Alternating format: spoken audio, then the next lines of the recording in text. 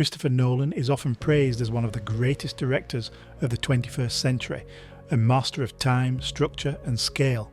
But with every new film comes a familiar criticism, that his female characters are thinly written, underdeveloped, or used merely to serve the emotional arcs of men.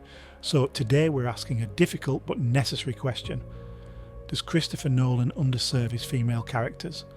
Across Nolan's filmography, women are present but rarely central. From Memento to Tenet, they often function as emotional motivators, plot catalysts, or tragic symbols. They die, disappear, or are defined in relation to the male protagonist. In The Dark Knight, Rachel Dawes is a moral compass more than a person. In Inception, Mal is a literal projection, a guilt-ridden figment of Cobb's mind.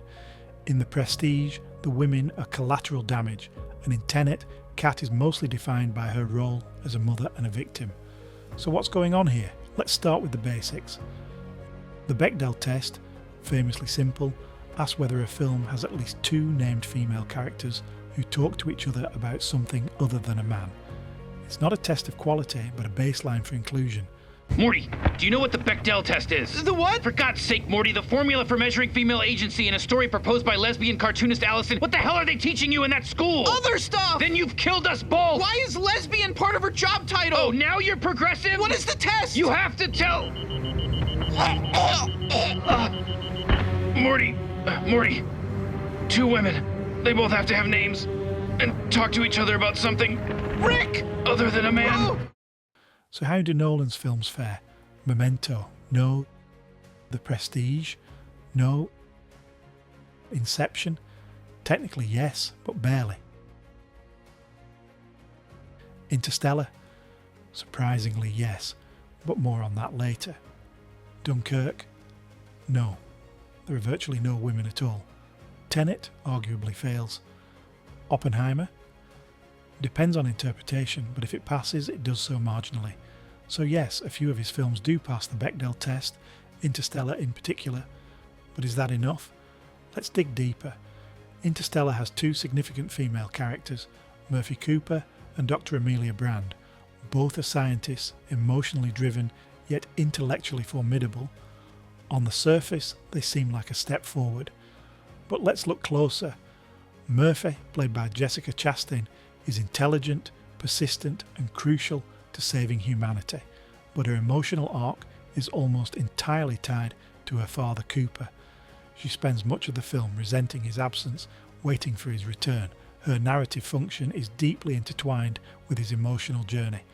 Then there's Brand, Anne Hathaway, who delivers a heartfelt monologue about love being a quantifiable force, only to be mocked by the male characters and the audience alike.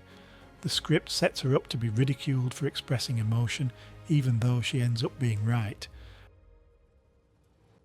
Feminist theorists like Bell Hooks or Laura Mulvey might say Brand is not allowed to be both intellectually respected and emotionally expressive without the film undercutting her.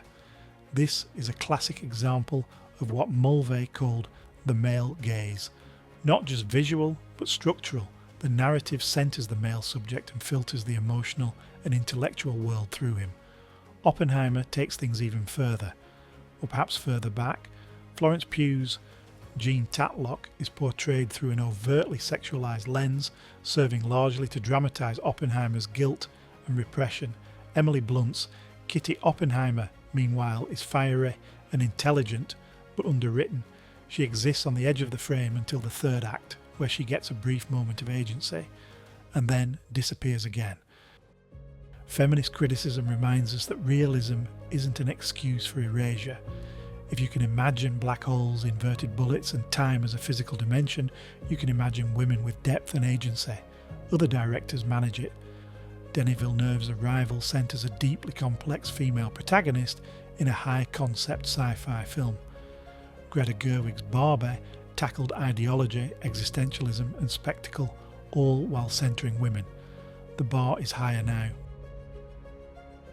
While his films occasionally feature smart, capable women, they're rarely afforded the same narrative weight or emotional complexity as his male leads. They exist in the shadow of male genius, male guilt, male salvation. Passing the Bechdel test is not enough. Not when your female characters are ghosts, projections, plot devices. It's not about checking boxes, it's about perspective, about voice, about who is allowed to matter in the world of the story.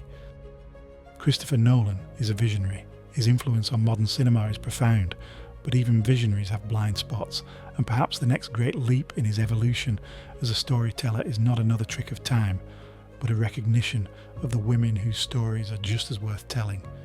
Thanks for watching. If you enjoyed this essay, consider subscribing and let us know in the comments which female character in a Nolan film resonated with you and which ones didn't. Until next time.